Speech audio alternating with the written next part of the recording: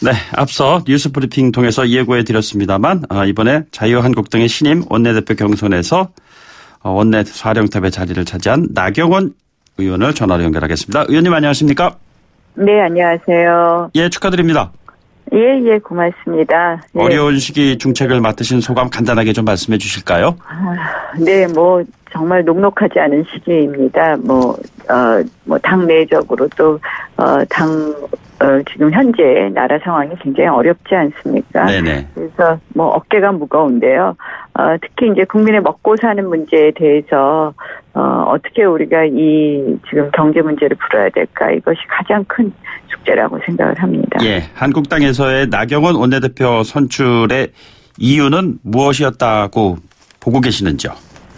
저는 계파 중식이었다고 생각을 합니다. 네네. 이제는 더 이상 저희가 계파의 틀에 엮여서는 안 된다. 거기서는 묶여서는 안 된다. 이런 생각이고요. 네네. 그래서 결국은 저는 우리 의원님들께서 과거가 아니라 미래를 또 분열이 아니라 통합을 선택했다고 생각합니다. 지긋지긋한 계파 다툼 없애겠다 이렇게 말씀하셨잖아요.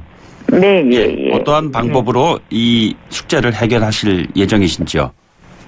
저는 어제 그 압도적인 표 차이가 이 초재선이 중심인 우리 당에서의 의원님들의 마음을 표출했다고 생각을 하고요. 네네. 이 압도적인 표 차이로 이미 개파는 종식됐다고 생각을 합니다. 네네. 앞으로 이제 제가 할 일은 당내에서 두루 탕평 인사 또 적재적소의 의원님들의 활동 공간을 열어드림으로써 실질적으로 이 모든 112명의 의원님들이 적극적으로 이 문재인 정부에 견제할 것은 견제하고 또 대한민국의 미래를 만들어가는 데 역할을 하실 수 있도록 해드려야 될 거라고 생각합니다. 예, 탕평 말씀을 하셨는데 그 과정에서는 결국엔 비대위 쪽에서 인적 쇄신 이런 문제하고도 맞물려 있는 현안들이 많이 나오지 않겠습니까? 네. 예. 자, 이 부분을 김병준 비대위원장의 결정에 힘을 실어 주시는 방향으로 가시는 것인지 아니면 신임 원내대표의 입장으로서의 생각하고 계신 또 보관이 있으신지요? 일단은 그 비대위 내의 조강특위의 결정 사항을 보아야지 제가 뭐라고 말씀을 드리겠습니다만, 네네. 사실 이제 112명의 의석도 적지 않은, 그러니까 많지 않은 의석이죠. 그래서 네네. 사실은, 이러한 어떤 우리의 이 에너지를 만들어내는 것을 크게 해하는 쪽에 쇄신에 대해서는 쇄신에 대해서는 좀 우려한다 이런 입장이었는데요. 네네. 그러나 또 국민들 눈높이에서 보는 또 쇄신이 필요한 부분이 있을 겁니다. 그래서 네네. 이러한 조화를 좀 이루도록 하겠습니다. 예, 이게 복당파, 수당파 또는 비박, 또 친박 이런 얘기들 많이 나오고 있는데. 이전에 지금 원내대표 경선 과정에서 후보분들은 한결같이 이런 질문을 드릴 때면 이제 한국당이 그런 게 없다라고 말씀을 하시더라고요. 근데 실제로 있다라는 평가입니다. 이 부분을 원내대표 입장에서 어떻게 지금 바라보고 계시고 어떤 생각을 가지고 계시는지요? 정치를 하면 친한 분들끼리 생각을 같이 하는 분들끼리 모일 수는 있다고 생각을 합니다. 네네. 우리가 친한 사람끼리 밥 같이 먹듯이요. 그런데 이것이 서로 상대방을 마치 상대방을 적대시하는 것 이것은 큰 문제가 있다고 생각을 합니다. 저는 그래서 당내에서 일단 그런 용어를 쓰지 말자. 네네. 이 용어를 쓰는 것 자체가 우리 스스로 우리를 해하는 자해행위다. 이렇게 말씀을 드렸습니다. 그래서 네네. 일단은 그러한 구분을 없애려는 노력도 필요하고요. 그것이 자해행위적인 그런 용어가 있지 않습니까? 이제 지금은 조금 편한 말씀으로 하셨는데 우리 당내에서는 친박, 비박, 탄핵, 찬성, 반대 이런 것이 다 일종의 바깥 국민들에게 보일 때는 어떠한 집단이 더 선으로 보이고 이런 부분이 있습니다. 그래서 네네. 이런 용어 쓰지 말자 이런 이야기를 했고요. 또 하나는 실질적으로 제가 이번 원내대표 경선 과정에서 보니까 결국은 우리 당의 현실, 지금 이렇게 많이 국민들이 외면하게 국민들에게 큰 사랑을 받지 못하게 된 것에 대한 원인에 대한 네네. 생각의 차이가 굉장히 많은 것 같습니다. 그래서 그 생각의 차이를 극복하는 부분은 결국은 네 탓이 아니라 내 탓 공방으로 가야 된다고 생각을 합니다. 예. 뭐 당내 이야기 한 가지 좀 여쭙고 지나가야 될 것 같습니다. 계파 간 갈등 문제 뭐 여러 가지로 불거지는 과정에서 신당 창당설까지 나오고 뭐 이랬습니다. 실제로 당 밖으로 나가는 분이 있을까요? 저는 저의 당선으로 일단 분열의 움직임은 일단 잦아들 거라고 생각을 합니다. 네네. 실질적으로 제가 출마를 결심하게 된 이유 중에 하나이기도 합니다. 저는 이번에 이제 뭐 제가 스스로 이렇게 개파라든지 뭐 이 분류를 하지 말자고 말씀드려서 말씀드리기 어렵지만 상대 후보가 당선됐을 때는 저는 분열의 움직임이 현실화될 수 있다고 생각을 했습니다. 예. 그래서 개파색이 여튼 제가 당선되는 것이 우리 당의 분열을 막는 길이다.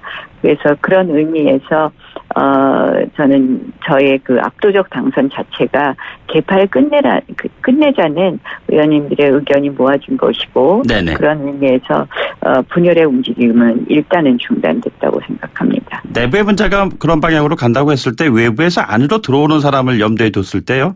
보수 통합 가능성에 연계해서 앞으로 바른미래당에서 한국당으로 올 분들이 있을까요? 이 원내대표 경선 이전에 그 의사를 표시한 의원님들이 계신 것으로 알고 있습니다. 네네. 뭐 당대당 통합이라든지 이러한 부분에 논의를 할 수도 있지만 저는 오시고 싶은 분들에 대해서는 언제든지 문을 활짝 열어두는 것이 맞다고 생각을 하고요. 네네.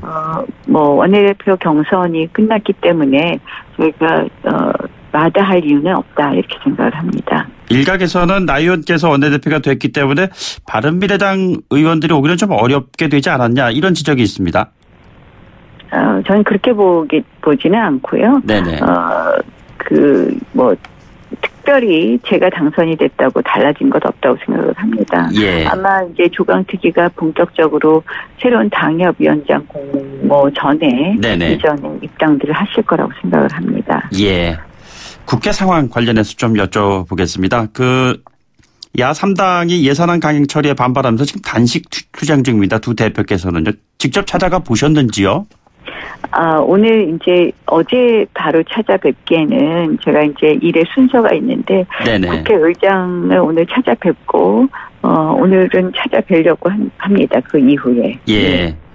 한국당하고 민주당이 선거제 개편에 대한 답을 줘야 한다. 뭐 이런 얘기들이 끊임없이 나오고 있는데 어떤 생각 가지고 계시는지요? 이 선거제 개편 문제가 예산안하고 연계되면서 갑자기 이렇게 불거졌는데요. 사실은 이제 저는 이 선거제도는 권력구조하고 굉장히 관련이 되는 제도이거든요. 예. 그래서 이 권력구조하고 우리가 같이 논의해야 된다는 기본적인 입장을 좀 가지고 있습니다. 네네. 그래서 이 부분에 대해서는 오늘 일단 두 분 손학규 당대표와 이정미 당대표를 만나 뵙고 우리 두 양당의 입장을 조금 더 들어보고 말씀을 드리도록 하겠습니다. 예. 다만 이제 저 개인적으로는 연동형 아까 말씀드린 것처럼 권력구조와 관계되는 것이다라는 입장이고요. 네네. 또 이러한 연동형 비례대표제 같은 경우에는 실질적으로 의원 정수의 확대 없이는 이루어지기 어려운 부분이 있지 않습니까? 예. 그래서 이러한 부분에 대한 국민 정서가 과연 공감해 주실 수 있는지 이러한 부분이 있기 때문에 전체적으로 저는 조금 부정적이다 이런 말씀을 드릴 수 있을 것 같습니다. 네네. 다만 우리 당 내에서 의원님들의 또 의견도 물어야 되는 절차도 있다는 말씀을 드리면서 일단은 좀 당장 이 연동형 비례대표제 문제를 먼저 생각하는 것보다는 이 선거구제 개편 전체에 대해서 우리가 이 정개특위 활동 시한 이런 부분부터 살펴보는 것이 맞다 이렇게 생각을 합니다. 예, 그 정개특위 시한이 지금 월 말로 지금 임박해 있는데요. 12월 임시국회 통해 가지고 연장의 문제라든가 이런 것까지 좀 고려하고 계시는지요? 일단은 연장하는 방법도 있을 것이고요. 네네. 여러 가지 방법이 있다고 생각을 합니다. 12월 임시국회 필요성에 대해서도 조금 더 검토를 해보도록 하겠습니다. 몇 가지 사안이 있습니다. 조금 긴급한 사안들. 저희 당 입장에서는 이제 고용세수 국조를 원래 정기국회 끝나고 바로 시작하기로 했거든요. 그래서 이러한 부분이라든지 몇 가지 긴급한 사안이 있기 때문에 임시국회 소집의 필요성은 있는데 민주당의 또 요구 또 제 정당의 요구를 같이 종합적으로 검토해 보겠습니다. 예. 한국당 입장에서 임시국회 열린다면요. 그러면 조금 전에도 언급 고용 세수 국조 문제도 얘기하시고 그랬는데 가장 우선적으로 해결해야 될 사안은 뭘로 지금 생각하고 계시는지요?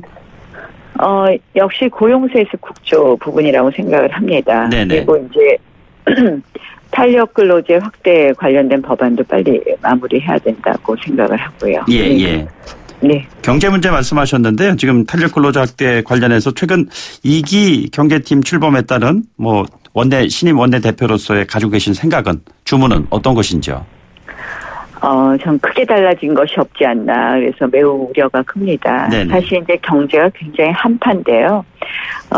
우리 경제에 있어서 가장 큰 문제점은 어제 문재인 대통령께서 이렇게 말씀하시는 이야기도 나왔는데 결국 가장 큰 문제점은 대통령의 인식 아닌가 이런 생각을 합니다. 네네. 대통령의 인식이 바뀌지 않는 한 이 경제팀의 교체도 큰 의미가 없다고 생각을 하고요. 실질적으로 이게 경제팀의 구성만 보아도 우리의 우려를 불식하기는 어렵다 이렇게 봅니다. 최저임금 속도 조절 이런 얘기가 구체적으로 나오는 거 보면은 대통령의 인식도 경제 1기팀 때보다는 많이 좀 달라지는 것이 아닌가 이런 기대가 있는데 그렇게 보시지 않으시나요? 아직은 좀 급하다는 생각이 없지 않나 이런 생각을 합니다. 속도 조절 문제가 제대로 하겠다는 의지 표명보다는 지금 일단은 조금 여러 가지 절차를 거치자는 입장이신 것 같더라고요. 네네. 그래서 국민들이 느끼는 체감과는 좀 거리가 있다 이렇게 봅니다. 예, 그 문재인 대통령 최근 그 수석 보좌관 회의에서 예산안 통과 그리고 이 관련돼 있는 윤창호법이라든가 이런 법안 통과 보면서 협치에 좋은 성과를 보여준 국회에 감사드린다 이렇게 얘기했거든요. 그런데 야삼당은 또 전혀 반대 얘기를 또 하고 있습니다. 협치는 없다. 자, 앞으로 이 상황을 어떻게 좀 풀어나가야 된다고 보십니까?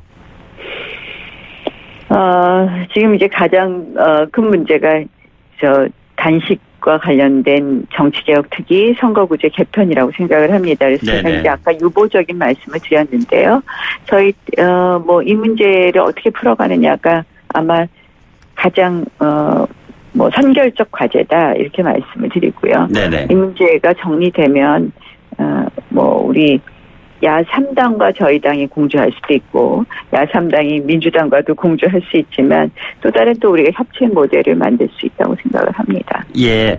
어제 김성태 전 원내 대표께서는 가장 큰 성과로 야성을 회복하는 데 있었다 이런 얘기를 하셨거든요. 그런데 이 야성을 회복한다는 것이 여야정 국정상설협의체 순환과 관련해서 서로 좀 대치되는 상황이 펼쳐지는 것이 아닌가라는 우려도 있는데 앞으로 어떻게 하실 예정이신지요? 저는 이 협조할 것은 과감하게 협조하겠습니다. 네네. 문재인 정부의 국정 절대로 발목 잡는 방향으로 가지 않겠습니다. 예. 그러나 잘못된 방향에 대해서는 반대할 것은 분명히 반대하겠습니다. 네네. 특히 우리의 헌법 가치를 훼손하는 부분에 대해서는 반드시 지키겠다는 말씀을 분명히 해드립니다. 예. 마지막 질문 드리겠습니다. 문희상 국회의장이 김정은 국무위원장의 답방에서 국회 연설을 하도록 한다면 최선을 다해서 연설할 수 있는 기회가 생기도록 노력하겠다 이렇게 얘기했는데 같은 생각 가지고 계시는지요? 저는 이 부분에 대해서는 먼저 선결 조건들이 있다고 생각을 합니다. 네네. 그래서 선결 조건들 충족이 된다면 가능하겠지만 이러한 선결 조건 충족 없이는 어렵지 않나 이런 생각을 합니다. 선결 조건은 무엇을 말씀하시는 거죠? 천안함 사과라든지 연평도 해전에 대한 사과라든지요. 네. 그것부터 시작해서 이 답방에 또 조건들이 있지 않겠습니다. 있지 않겠습니까? 이제 비핵화 말씀하시는 건가요? 네, 비핵화에 대한 조금은 진전된 네네. 무엇인가는 있어야 된다 이런 입장입니다. 알겠습니다. 바쁘신 시간에 이렇게 연결해 주셔서 감사드립니다. 고맙습니다. 네, 고맙습니다. 네, 지금까지 자유한국당의 나경원 신임 원내대표였습니다. 1부 마치고 2부에 돌아오죠.